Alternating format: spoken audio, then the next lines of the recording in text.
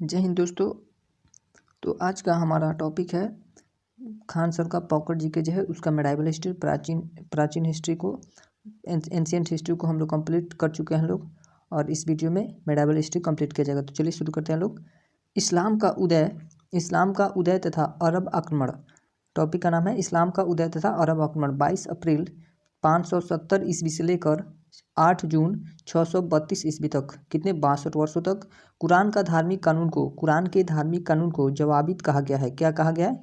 जवाबित कहा गया है। मदीना के कुरैश तथा मुस्लिमों के बीच 3 युद्ध हुए थे। कितने युद्ध हुए थे? 3 युद्ध हुए। पहला युद्ध था जंग बदर। ये कब हुआ था? मार्च से अप्रैल तक 624 ईस्वी में। दूसरा युद्ध हुआ था जंग उहद, मार्च से 625 ईस्वी तक।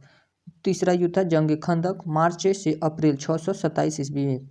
इस्लामी कानून बादशाह को राजनीतिक संस्था स्वीकार नहीं करता है, इसलिए उत्तराधिकार के नियम को भी नहीं मानता है। इस्लामी कानून बादशाह को राजनीतिक संस्था स्वीकार नहीं करता है, इसलिए उत्तराधिकार के नियम को भी नहीं मानता है। अब है मोहम्मद बिन कासिम से पहले अरबों के 2 असफल आक्रमण भारत पर हुए थे। मोहम्मद बिन कासिम से पहले अरबों ने भारत पर 2 आक्रमण किए थे जो असफल थे। पहला आक्रमण था 711 ईस्वी में हुआ था, जो किसने किया था? उबैदुल्ला के नेतृत्व में हुआ था। ये भी असफल आक्रमण था। फिर दूसरा था 711 ईस्वी में ही, वो बुदैल के नेतृत्व में हुआ था। ये भी असफल आक्रमण था। मोहम्मद बिन कासिम ने 712 ईस्वी में, कब? 712 ईस्वी में मकरान के रास्ते स्थल मार्ग से, किस मार्ग से आया था? स्थल मार्ग से भारत पर हमला किया था। कासिम ने जिन स्थानों पर आक्रमण किया, कासिम ने जो स्थान पर आक्रमण किया था वो था देवल, नेऊन, शेहवान, शीशम, रावर, ब्राह्मणवाद, आलोर, मुल्तान। राजा दाहिर की मृत्यु रावर के युद्ध में हुई थी। राजा दाहिर की मृत्यु किस लड़ाई में हुई थी? तो रावर की लड़ाई में हुई थी। कासिम ने दाहिर की कितनी पुत्रियाँ थी? तो दाहिर की 3 पुत्रियाँ थी। कौन कौन? तो पहली थी सूर्य देवी, दूसरी थी परिमल देवी को ब्राह्मणवाद से पकड़ा था। कहाँ से? ब्राह्मणवाद से पकड़ा था। बजहरा शीशम के जाटों का सेनापति था। किसके सेनापति था? शीशम के जाटों का। वह कासिम के शीशम पर आक्रमण के समय मारा गया था। मोहम्मद बिन कासिम तथा खलीफा वलीद की मृत्यु 714 ईस्वी में हुई। वलीद के बाद सुलेमान खलीफा बना। वलीद के बाद सुलेमान कौन बना? खलीफा। सुलेमान खलीफा बना। चालुक्य शासक पुलकेशी राज अवनी जनाचार्य को अरबों को पराजित करने के कारण नौशारी अभिलेख में दक्षिण पथ के ठोस स्तंभ की उपाधि दी गई है। कौन सी उपाधि दी गई है? तो दक्षिण पथ के ठोस स्तंभ की उपाधि दी गई है। जजिया कर लगाने वाला प्रथम शासक मोहम्मद बिन कासिम था। जजिया कर सबसे पहले किसने लगाया था? तो मोहम्मद बिन कासिम ने लगाया था। ये अंडरलाइन कीजिएगा, ये इंपॉर्टेंट लाइन है। जजिया कर लगाने वाला प्रथम शासक मोहम्मद बिन कासिम था। भारत पर अरबों का प्रथम आक्रमण। 636 ईस्वी में खलीफा उमर के समय थाने पर हुआ था। किसके समय हुआ था? खलीफा उमर के समय। और कहाँ हुआ था? थाने स्थान है, थाने पे हुआ था। पश्चिम से भारत में प्रवेश करने के 3 स्थल मार्ग थे।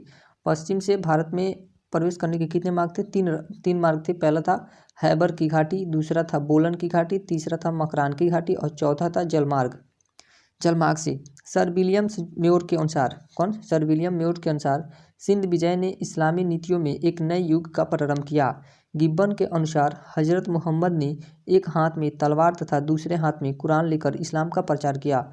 गिब्बन के अनुसार हजरत मोहम्मद ने एक हाथ में तलवार तथा दूसरे हाथ में कुरान लेकर इस्लाम का प्रचार किया।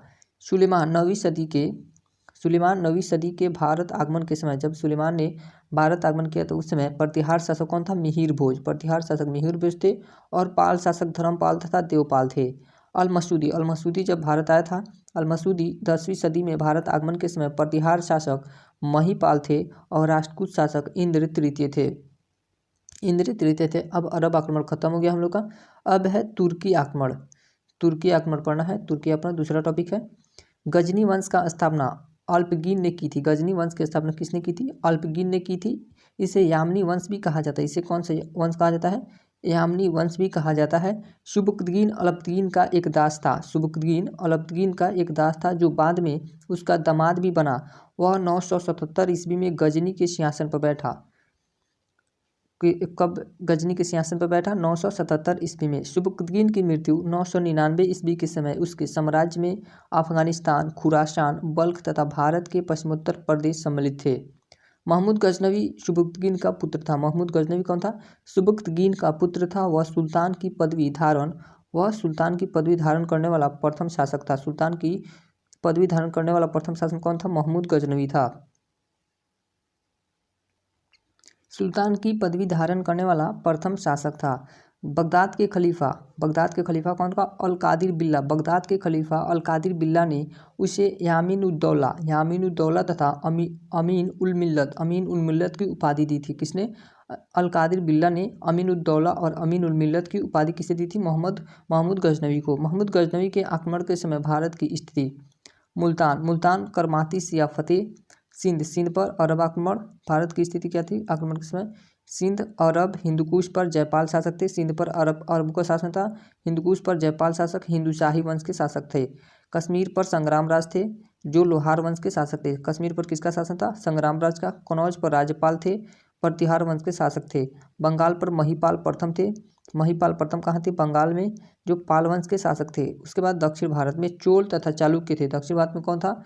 चोल तथा चालुक्य थे। दिल्ली पर अनंगपाल था, जो तोमर वंश का शासक था। दिल्ली पर कौन था? अनंगपाल, जो तोमर वंश का शासक था। गुजरात पर दुर्लभराज, जो चालुक्य वंश के शासक थे। उसके बाद है बुंदेलखंड पर चंदेल वंश का शासन था। बहिंद का युद्ध महमूद तथा आनंदपाल के बीच हुआ था। बहिंद का युद्ध किसके बीच हुआ था? महमूद गजनवी तथा आनंदपाल के बीच हुआ था। महमूद के आक्रमण के समय हिंदू शाही राज्य की राजधानी उद्भांडपुर थी। हिंदू शाही राज्य की राजधानी कहाँ थी? उद्भांडपुर थी। महमूद ने संस्कृत लिखे सिक्के चांदी के जारी किए थे। महमूद ने संस्कृत लिखे सिक्के, वैसा सिक्का था जिसपे संस्कृत में लिखा हुआ था, और वो किस चीज़ का था? चांदी का सिक्का था, और उसने महमूद गजनवी ने जारी किए थे। महमूद ने 1001 ईस्वी से लेकर 1027 ईस्वी तक भारत पर कुल कितने आक्रमण किए थे? 17 बार आक्रमण किए थे। इस लाइन को अंडरलाइन कीजिएगा। महमूद ने 1001 से लेकर 1027 तक भारत पर कुल 17 बार आक्रमण किए थे। कुछ प्रमुख आक्रमण। चौथा आक्रमण मुल्तान पर किया था। चौथा आक्रमण कहाँ किया था? मुल्तान पर, जो 1005 ईस्वी में किया था। 12वां आक्रमण कनौज मथुरा पर किया था 1018 ईस्वी में। 14वां आक्रमण ग्वालियर कालिंजर पर किया था 1021 ईस्वी में। 15वां आक्रमण गुजरात पर किया था 1024 ईस्वी में। 16वां आक्रमण सोमनाथ मंदिर, जो शिव मंदिर थी। सोमनाथ मंदिर कैसी मंदिर थी? शिव मंदिर, शिव जी की मंदिर थी, जो 1025 ईस्वी में आक्रमण किया था। अंतिम आक्रमण 17वां था इसका, सिंध और मुल्तान पर किया था 1027 ईस्वी में। और उसके बाद कश्मीर 1015 से लेकर 1016 ईस्वी तक। महमूद की सेना में हिंदू सेवंत राय तथा तिलक भी शामिल थे। कौन थे? महमूद की सेना में सेवंत राय तथा तिलक भी शामिल थे।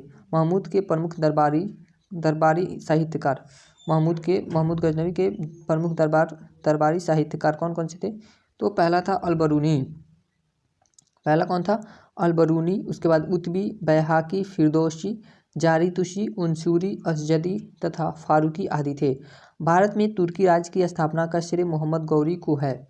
भारत में तुर्की राज्य की स्थापना किसे जाता है? तो मोहम्मद गौरी को जाता है। इसको भी अंडरलाइन कीजिएगा। भारत में तुर्की राज्य की स्थापना का श्रेय मोहम्मद गौरी को जाता है। उसने भारत पर पहला आक्रमण 1175 ईस्वी में मुल्तान पर किया था। कहाँ पे किया था? मुल्तान पे किया था। गौरी का दूसरा आक्रमण कहाँ हुआ था? 1178 ईस्वी में गुजरात पर हुआ था। इस बार उसे भीम द्वितीय की सेना से हार का मुख देखना पड़ा था। जब मोहम्मद गौरी दूसरा आक्रमण किया 1178 ईस्वी में गुजरात पर, तो वहाँ का शासक कौन था? भीम द्वितीय। और भीम द्वितीय ने मोहम्मद गौरी को हरा दिया। इस समय गुजरात पर चालुक्य राजा मूलराज द्वितीय का शासन था। गुजरात पर किसका शासन था? मूलराज द्वितीय का। गौरी की हत्या 13 मार्च 1206 ईस्वी को गोखरों ने सिंधु के किनारे दमशक नामक स्थान पर की थी। कहाँ पे? मोहम्मद गौरी की हत्या कहाँ हुई थी? दमशक नामक स्थान पर हुई थी। गौरी ने भारत पर आक्रमण के गोमल दर्रे से होकर सिंध पहुंचने वाले मार्ग को अपनाया था। गौरी की सेना के प्रमुख सेनापति खारबक, खरमेल, इलाह, मुकलबा, याल्दोज, कुबाचा तथा ऐबक थे। गौरी की सेना के प्रमुख सेनापति कौन कौन थे? इसमें से आगे इन लोगों के बारे में पढ़ना है। जैसे याल्दोज के बारे में पढ़ना है, कुबाचा के बारे में पढ़ना है, और ऐबक के बारे में पढ़ना है। तराइन के द्वितीय युद्ध में राजपूत सेना की कमान गोविंद राय, खांडे राय तथा बदमसा रावल के हाथों में थी। इख्तियारुद्दीन बख्तियार खिलजी ऐबक की सेना का एक सरदार था। इसने 1202 ईस्वी में 2 ईस्वी के अभियान के दौरान नालंदा तथा विक्रमशिला विश्वविद्यालयों को नष्ट कर दिया। किसने विक्रमशिला और विश्वविद्यालय को नष्ट किया था? बख्तियार खिलजी ने। मोहम्मद गौरी को सोने के सिक्कों पर लक्ष्मी तथा चांदी नंदी के चित्र थे। मोहम्मद गौरी के सोने के सिक्के पर किसके चित्र मिलते हैं? लक्ष्मी तथा नंदी के चित्र मिलते हैं। जिसके उल्टी तरफ देवनागरी लिपि में मोहम्मद बिन शाम अंकित था। क्या था? मोहम्मद बिन शाम अंकित था। गौरी ने 56 ग्रेन वजनी एक अन्य सिक्का देहलीवाल चलाया था। 56 ग्रेन का सिक्का क्या था? देहलीवाल नाम था। 64 ग्रेन से 66.5 ग्रेन वजन के सोने के सिक्के चलाए जिस पर लक्ष्मी की आकृति थी। तांबे के सिक्के का वजन, गौरी के तांबे का सिक्के का वजन कितना था? 37.8 ग्रेन से लेकर 48 ग्रेन तक होता था। उत्तर भारत पर तुर्कों की विजय का एक महत्वपूर्ण पहलू नगरीय क्रांति थी। ये किसने कहा था? प्रोफेसर मोहम्मद हबीब ने कहा था कि उत्तर भारत पर तुर्कों की विजय का एक महत्वपूर्ण पहलू नगरीय क्रांति थी। लाहौर में गजनी वंश का अंतिम शासक खुसरो मलिक, गजनी वंश का अंतिम शासक कौन था? खुसरो मलिक था। तथा गजनी में इस वंश का अंतिम शासक अरसलान था। लाहौर में कौन था? खुसरो मलिक, और गजनी में था ये अरसलान था। गौरी पूर्ण रूप से 1203 ईस्वी में सुल्तान बना। गौरी पूर्ण रूप से कब सुल्तान बना था? तो 1203 ईस्वी में तुर्कों से लगातार पराजित होने पर हरिराज चौहान ने आत्महत्या कर ली। किसने आत्महत्या कर ली थी? तुर्कों से लगातार पराजित हरिराज चौहान ने। अब है तीसरा लेसन हम लोग का मेडाइवल हिस्ट्री का, दिल्ली सल्तनत। दिल्ली सल्तनत में सबसे पहला वंश है गुलाम वंश। इसका शासनकाल 1206 ईस्वी से लेकर 1290 ईस्वी तक रहा था। 1206 ईस्वी से लेकर 1290। इसमें पहला शासक के बारे में पढ़ते हैं, कुतुबुद्दीन ऐबक। भी ऊपर अंडरलाइन किए थे, याल्दोज, कुवाचा और ऐबक के बारे में। ऐबक को निसापुर के काजी फखरुद्दीन अब्दुल अजीज कूफी, किसने? अब्दुल अजीज कूफी ने खरीदा था। काजी के पुत्रों से गौरी ने ऐबक को खरीदा था। ऐबक को लाख बख्श, पील बख्श, हातिम द्वितीय तथा कुरान खान आदि उपनामों से भी जाना जाता है। कुतुबुद्दीन ऐबक को लाख बख्श, पील बख्श, हातिम द्वितीय तथा कुरान खान आदि उपनामों से भी जाना जाता है। प्रोफेसर हबीबुल्लाह खान, कौन? प्रोफेसर हबीबुल्लाह खान ने गुलाम वंश को ममलूक वंश की संज्ञा दी थी। किसने ममलूक वंश की संज्ञा दी थी? तो हबीबुल्लाह खान ने। दिल्ली सल्तनत के अधिकांश शासक इलवारी तुर्क जाति के थे। दिल्ली सल्तनत के अधिकांश शासक किससे? तुर्क जाति के थे, तो इलवारी तुर्क जाति के थे। कुतुब मीनार के निर्माण कार्य प्रारंभ कुतुबुद्दीन ऐबक ने किया था। कुतुब मीनार का निर्माण कार्य किसने प्रारंभ किया था? कुतुबुद्दीन ऐबक ने। इसे पूर्ण कराने का श्रेय इल्तुतमिश को दिया जाता है। कुतुब मीनार को पूर्ण किसने कराया था? तो इल्तुतमिश ने कराया था। इसकी ऊंचाई 240 फीट है। अजमेर में स्थित 2.5 दिन का झोपड़ा का निर्माण कुतुबुद्दीन ऐबक ने कराया था। इसको अंडरलाइन कीजिएगा। अजमेर में स्थित 2.5 दिन का झोपड़ा किसने निर्माण कराया था? कुतुबुद्दीन ऐबक ने कराया था। भारत में सुल्तान की उपाधि का प्रचलन तुर्कों ने किया था। भारत में सुल्तान की उपाधि का प्रचलन किसने किया था? तो तुर्कों ने किया था।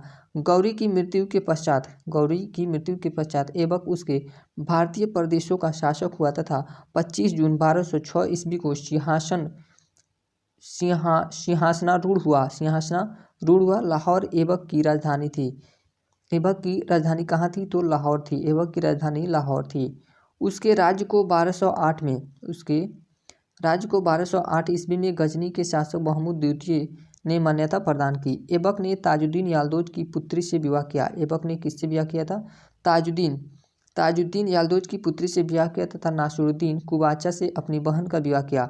ऐबक की मृत्यु 1210 ईस्वी में चौगान पोलो खेलते समय, चौगान किसे कहते हैं? पोलो को चौगान कहते हैं। खेलते समय घोड़े से गिरकर हुई। ऐबक की मृत्यु कैसे हुई थी? चौगान खेलते समय हो गई थी। उसे लाहौर में दफनाया गया था। उसे कहाँ दफनाया गया था? लाहौर में। फ़ख-ए-मुदव्विर तथा हसन निजामी ऐबक के दरबार में रहते थे। ऐबक ने 1208 ईस्वी में, कब? 1208 ईस्वी में दास्ता से मुक्ति मिली थी। ऐबक को 1208 ईस्वी में दास्ता से मुक्ति मिली थी। गौरी के उत्तराधिकारी ग्यासुद्दीन से मुक्ति पत्र प्राप्त हुआ था। अब है इल्तुतमिश। इसके बाद आता है इल्तुतमिश। इल्तुतमिश का शासनकाल 1211 ईस्वी से लेकर 1236 ईस्वी तक रहा था। इल्तुतमिश इल्बरी तुर्क था। इल्तुतमिश क्या था? इल्बरी तुर्क था। सुल्तान बनने के समय वह बदायूं का सूबेदार था। सुल्तान बनने से पहले वो कहाँ का सूबेदार था? बदायूं का सूबेदार था। इल्तुतमिश ऐबक का दास था। ऐबक ने उसे गुजरात अभियान से लौटते समय खरीदा था। कोकरों से युद्ध के दौरान उसकी प्रतिभा से प्रसन्न होकर 1205 ईस्वी में गौरी ने ऐबक को उसे मुक्त करने का आदेश दिया था। इल्तुतमिश को सुल्तान के पद की स्वीकृति बगदाद के खलीफा अल मुंतशिर बिल्ला से 1229 में मिली थी। इल्तुतमिश को सुल्तान के पद की स्वीकृति कहाँ के खलीफा थे? बगदाद के खलीफा थे। और खलीफा का नाम क्या था? खलीफा अल मुंतशिर बिल्ला से कब मिली थी? 1229 ईस्वी में मिली थी। इसे खिल्लत कहा गया है। इसे क्या कहा गया है? खिल्लत कहा गया है। दिल्ली सल्तनत का वास्तविक संस्थापक इल्तुतमिश को माना जाता है। इसको अंडरलाइन करेंगे लोग। दिल्ली सल्तनत का वास्तविक संस्थापक के इल्तुतमिश को माना जाता है। अब है इल्तुतमिश प्रथम शासक क्या है? इल्तुतमिश प्रथम शासक या जिसने सर्वप्रथम अस्थायी सेना का गठन किया था। इल्तुतमिश से प्रथम ऐसा शासक था जिसने अस्थायी सेना का गठन किया था। शुद्ध अरबी भाषा में सिक्के जारी करने वाला दिल्ली सल्तनत का प्रथम शासक इल्तुतमिश या इसे जीतल टांग का सिक्का जारी किया था। शुद्ध अरबी भाषा में सिक्के जारी करने वाला भी दिल्ली सल्तनत का प्रथम शासक यही था, इल्तुतमिश।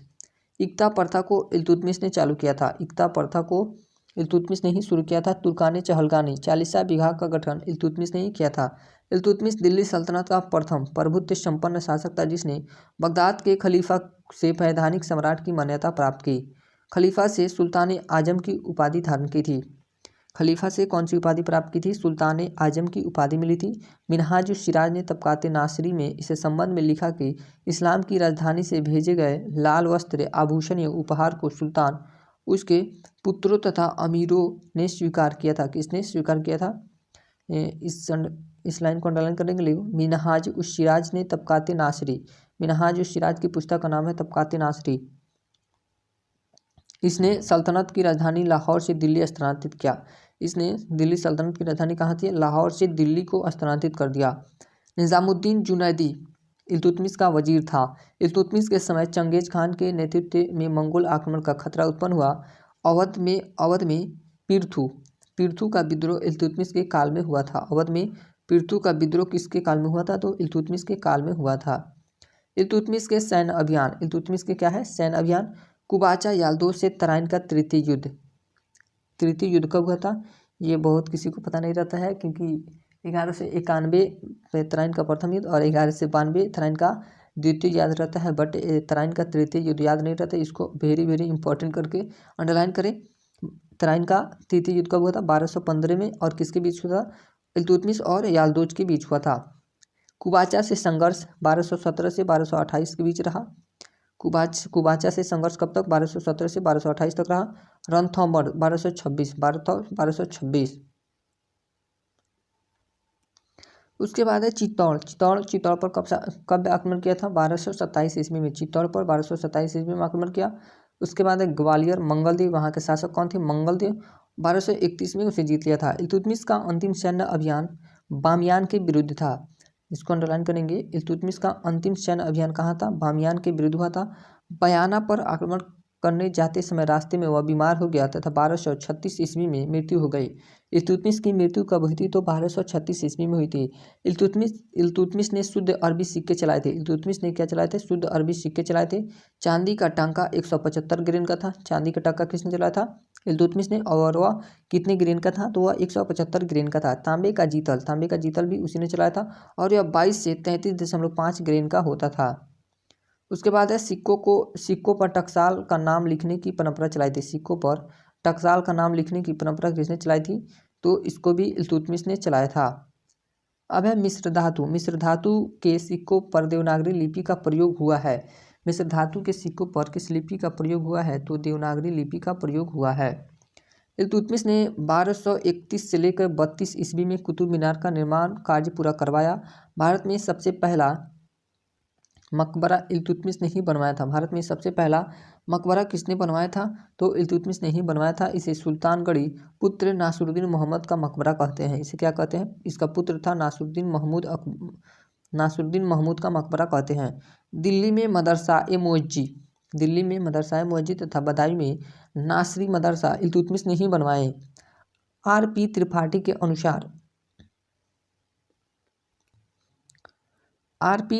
के अनुसार भारत में मुस्लिम प्रभुसत्ता का वास्तविक के प्रारंभ उसी से होता है। इल्तुतमिश ने कहा है भारत अरब नहीं है, इसे दारुल इस्लाम में परिवर्तित करना व्यवहार रूप में संभव नहीं है। भारत क्या है?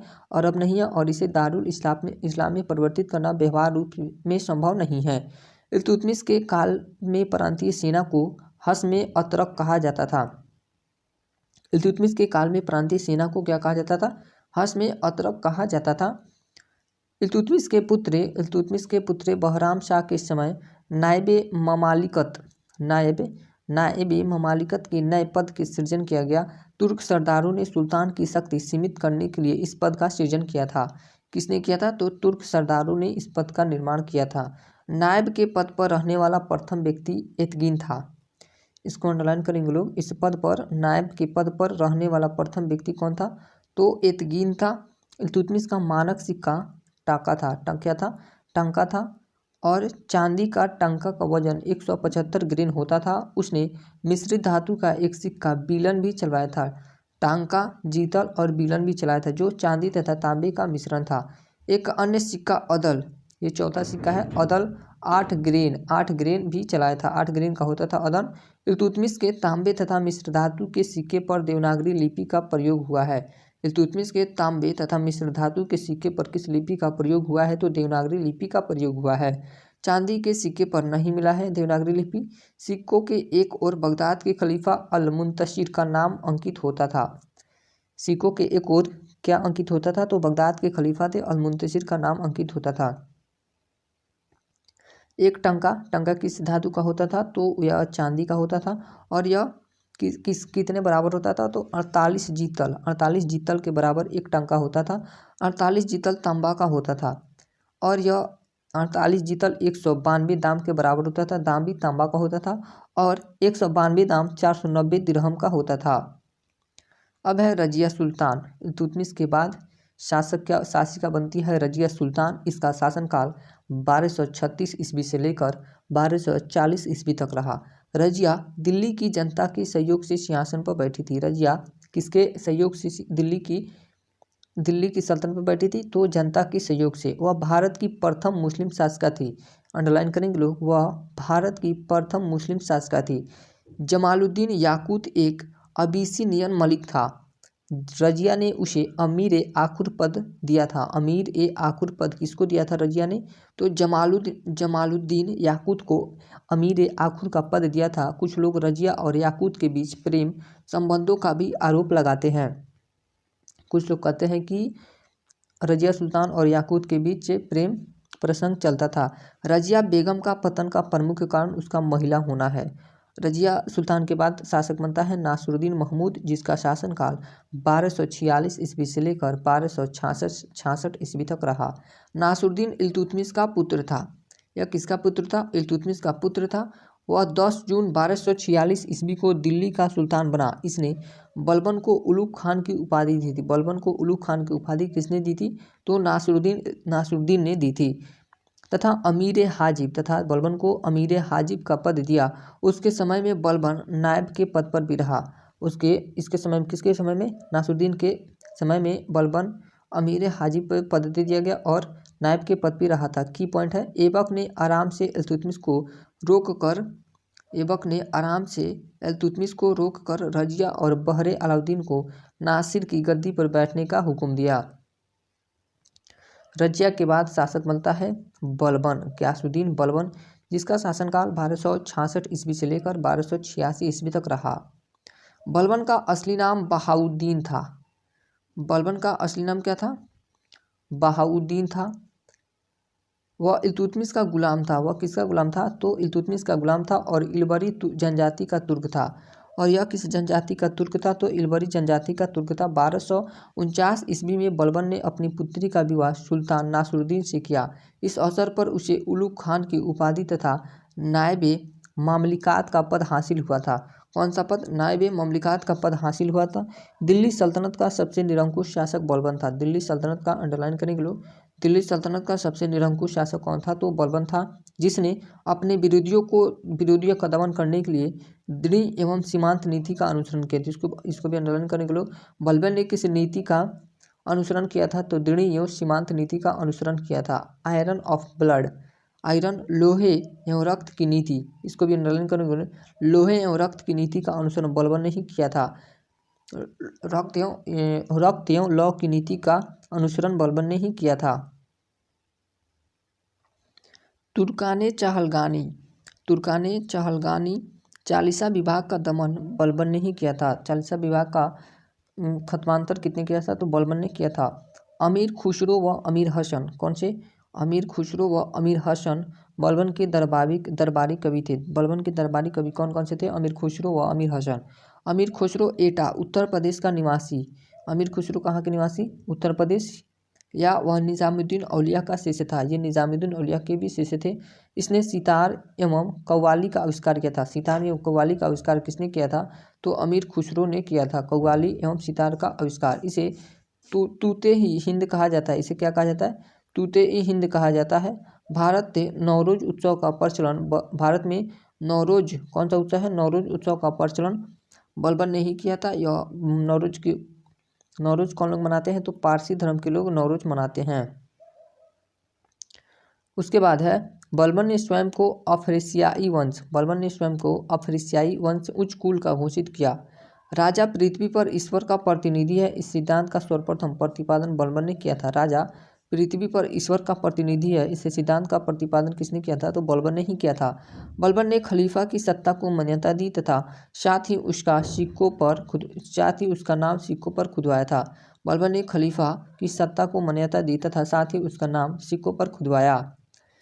उसके बाद है बलबन के समय 1279 ईस्वी में, बलबन के समय कब? 1279 ईस्वी में बंगाल में तुगरिल खान ने विद्रोह किया था। ये बहुत बार आया है क्वेश्चन एग्जाम में। बलबन के समय, इसको अंडरलाइन करेंगे लोग, बलबन के समय 1229 ईस्वी में बंगाल में तुगरिल खान ने विद्रोह किया तथा मलिक मुकद्दिर अली को तुगरिल का सिर काटने के उपलक्ष्य में तुगरिल कुश की उपाधि दी गई थी। किसको? मलिक मुकद्दिर अली को तुगरिल कुश की उपाधि प्रदान की गई थी।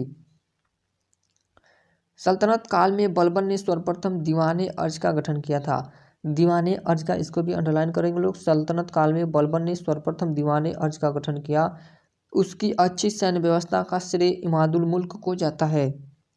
उसकी अच्छी सैन्य व्यवस्था का श्रेय किसे जाता है? तो इमादुल मुल्क को जाता है। बलबन के बड़े पुत्र शाहजादा मुहम्मद की मृत्यु मंगोलों से युद्ध के दौरान हुई। अमीर खुसरो ने अपना दरबारी जीवन शाहजादा मुहम्मद के समय ही आरंभ किया था। बर्नी ने बलबन की वाशाया का संकलन किया है।